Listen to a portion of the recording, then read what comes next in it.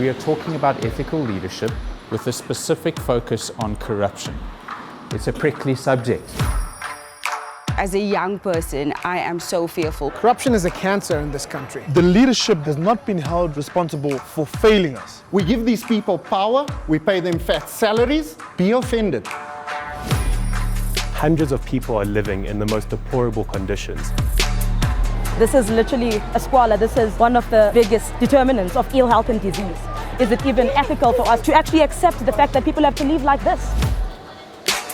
3,000 Eskom employees are doing business with a power utility. WTF, right? They're civil servants. There was never an intention to run VBS based on honest principles. The bank was hijacked for precisely the purpose for which it was used, which was to loot. A typical Ponzi scheme. The aims of realizing the clauses of our Freedom Charter and a better life for all were usurped by state capture and the abuse of the state for personal gain. If you're at the top and you can get away with those things, that's a problem. My question always remained is, how do I get in that space and remain clean?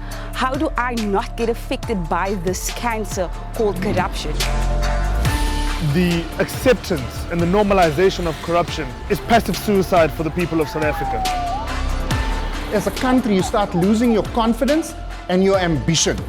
And that's the great tragedy and offense that has been committed against us.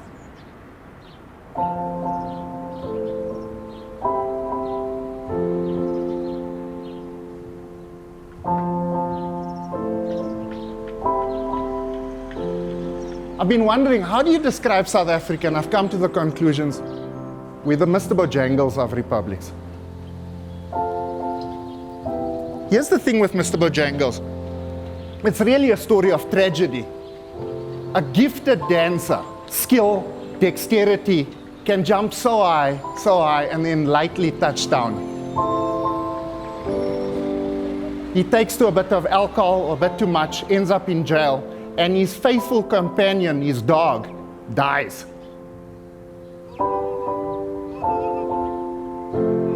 I sometimes feel a bit like in South Africa, our dog has died. We have such potential for greatness. And yet, we screw ourselves. And that ain't right. When you've got talent and dexterity, and you can lightly touch down, you're not allowed to screw yourself. There's something wrong in the universe when that happens.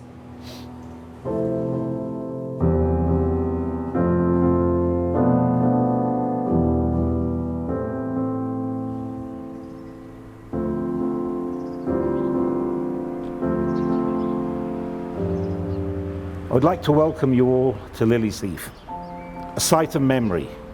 It is a pleasure to be able to host your organization, the Apolitical Academy, here. Lilliesleaf is not only the personification, articulation, and being of our struggle, but it is also a place that held to the highest virtues of integrity, ethical, moral, and responsible leadership for a better life for all South Africans. When Nelson Mandela said from the dock that I am prepared to die, he, and on behalf of his fellow accused, threw down the challenge to the apartheid state to hang them for the ideals for which they cherished and held true. And I'd just like to tell you a lovely story that Dennis Goldberg said about that. He said there he was sitting in the dock, and when Nelson said, I am prepared to die, he said, oh, that's typical of Nelson. He volunteers us to die but does not consult with us. And then he said he's overcome with elation, a sense of pride, a sense of feeling. In that moment, he realized the calling of the struggle and what he was trying to achieve.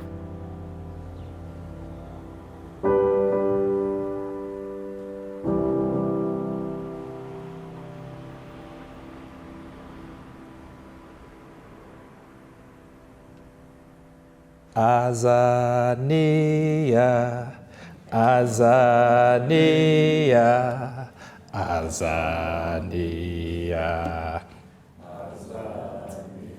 Awe Azania izwe lethu, siyolithatha ngebazu aweyazania izwe lethu soyithatha ngokuvota ngoba leni yazania aweyazania soyithatha ngokuvota. Thank you so much.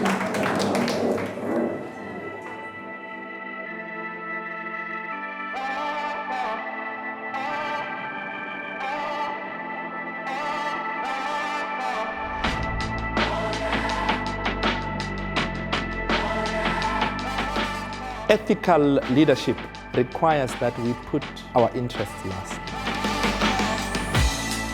It should come naturally that the greater good of society and its interests by far exceed ours. Those who had designed capture and who've benefited from it and who crippled our country, do we let them prevail, or do we stand up and we say, each of us is going to do the right thing, we're going to rebuild this country? As a future leader, I want to use the power of big business, small and medium enterprises to help cut corruption at all levels of government.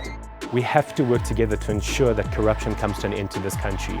Mentorship teaches us how to get out of these spaces and also be alert to seeing these things happen. So I'm going to use technology to make sure that people become conscious about their role in a democratic society.